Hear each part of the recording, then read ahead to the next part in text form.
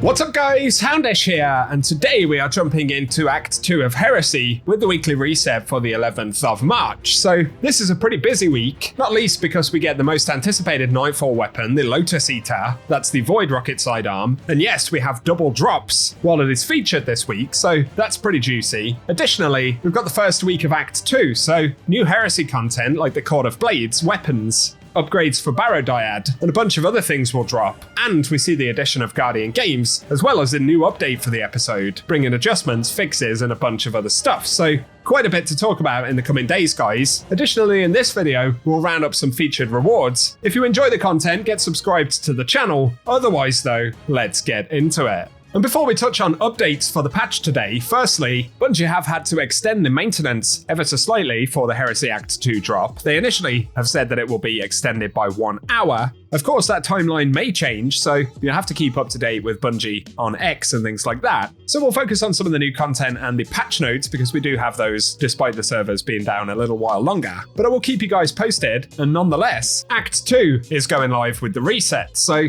of course we'll kick off with new quest steps and the continuation of the Heresy story, and then we get the new activity for Heresy, which is Cord of Blades. That's been previewed a couple of times, so we won't go into it too much, but of course there are 5 new Heresy weapons and a bunch of things to farm in that activity. Then additionally, we should also be seeing the rollout of Barrow Dyad upgrades, and I'm guessing we'll get to all of this stuff in due course as we work through the quest steps for Heresy Act 2, so I'll keep you posted on any important things, but let us know what Heresy content you're most excited to check out this week. Also worth a quick mention, of course, we get the refresh on Sundered Doctrine as well, so if you're still running that for the exotic, good luck with the drops. Otherwise, Guardian Games has also returned to the tower with Evil Levante, so as Bungie previewed, there is a new weapon, as well as armor, and the game mode, which is the first time Guardian Games has got a new mode for quite a while, so as we normally see with these seasonal events, pretty self-explanatory. See the vendor, get the quest, run the activities, and profit with many weapon drops. Good luck on the hunt with all of that stuff if you are jumping in this week. The other mention though for new reward content is that Lotus Eater, the Void Rocket Sidearm, is the featured Nightfall weapon this week, and additionally Bungie have confirmed that we do have double Nightfall rewards active, so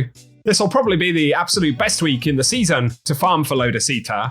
If you want to take a look at any of the weapon rolls for that, as well as the Guardian Games and Heresy weapons introduced this week, I'll link a separate video down below. But otherwise, let us know what you'll be jumping into first with the new content dropping this reset. Next up though, we have some patch notes for the update today, alongside Act 2. This is update 8.2.5. There are a handful of small fixes for the Nether activity. Additionally though, for matchmaking in the Crucible, they talk about trials and competitive playlists, where they've enabled solo versus fireteam loss forgiveness, and duos and trios can now be matched together. On top of that, for competitive, they've enabled the new Ascendant 0 rank for players above 10,000, and wins while in the Ascendant 0 rank have a chance to drop the Darkest Night emblem. On top of that, they've rebalanced the rank-based matchmaking brackets to account for the new rank, so that was unexpected. Additionally, they fixed an issue that was preventing players from being awarded the fixed role of Redrix's S-Doc upon completing placement matches, and players who never earn this can claim it from Lord Shack, so keep that in mind when we get into the game. Otherwise, they also fixed an issue that was blocking players from being able to focus previous competitive rewards. Then moving on, we get some changes for a bunch of exotics. Some of them are basic fixes, but for Sealed Ahamkara Grasps, they fixed an issue where Nightmare Fuel's damage bonus would be reduced by 5% while Radiant. On top of that, they fixed an issue where your held weapon would not receive the Nightmare Fuel damage buff after getting a melee or finisher final blow without Nightmare Fuel active.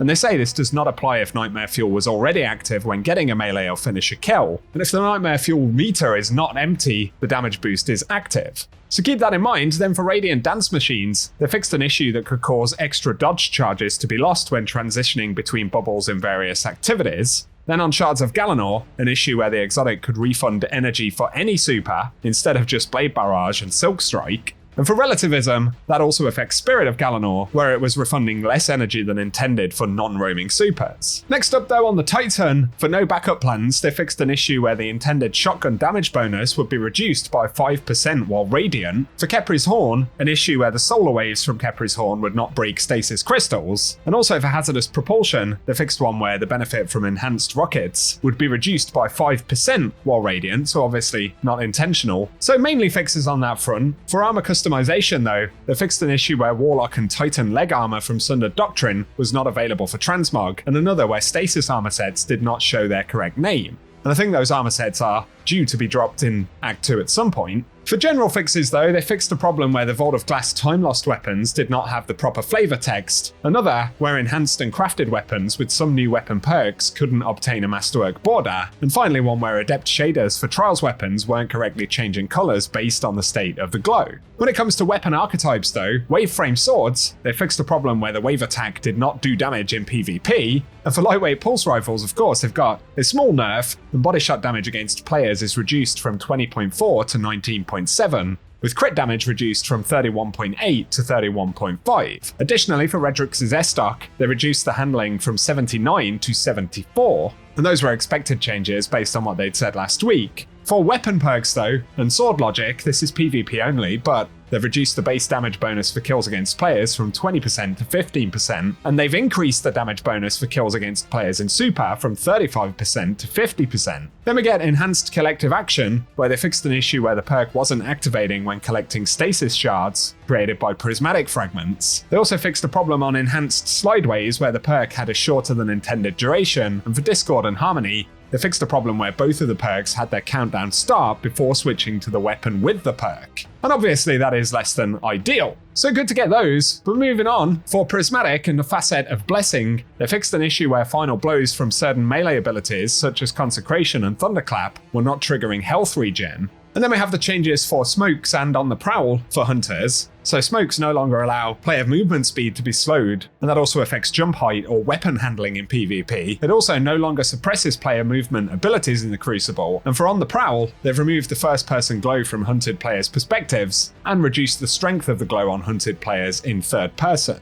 Finally though, for the artifact, they fixed a problem where the Piercing Sidearm perk wasn't piercing some types of shields. For power and progression, they fixed a problem where the new Iron Banner weapons did not progress the Orriman's Taste Triumph, and on collections, an issue where the Artificial Sun ornament for Lodestar appeared under pulse rifles, and an issue where the Chatterwhite shader did not appear in collections. Otherwise, they updated the International Silver purchase confirmation to use the current episode's art. So some changes more trivial than others, plenty of fixes though, which is always nice, and give us your thoughts about those down below. A couple of final mentions to end the video, but Vox Obscura is the featured exotic mission, so if you need to pick up the Dead Messenger or its upgrades, that's available this week. Then for featured activities, we've got King's Fall, which can drop the Touch of Malice, as well as the Garden of Salvation, and both of the raids will see entirely farmable loot tables with no lockouts, so as always, a good time to jump into either of those. Spire of the Watcher is featured as well, if you fancy a bit of a refresh ahead of the dungeon event that Bungie are dropping in Act 3. Lastly though, the mention for Lost Sectors this week. For today we've got Hydroponics Delta, then it will be Gilded Precept on the 12th of March and Thrillerdrome for the 13th of March. Beyond that, we'll be back to the Pale Heart with the Broken Deep on the 14th, Blooming Deep featured for the 15th, and then we'll get Europa Lost Sectors with Bunker E15 on March 16th, and Perdition on the 17th, before we head once again into a new weekly reset. For today though guys, that is everything we have to round up, so quite a lot going on this week. Again, let us know in the comment section what you'll be going after first. Plus, if you have enjoyed the video today, a rating really does help us out on the channel as well. Also, get subscribed if you want to keep up to date with more Destiny content, but otherwise, enjoy the refresh, and I hope you guys have an awesome day.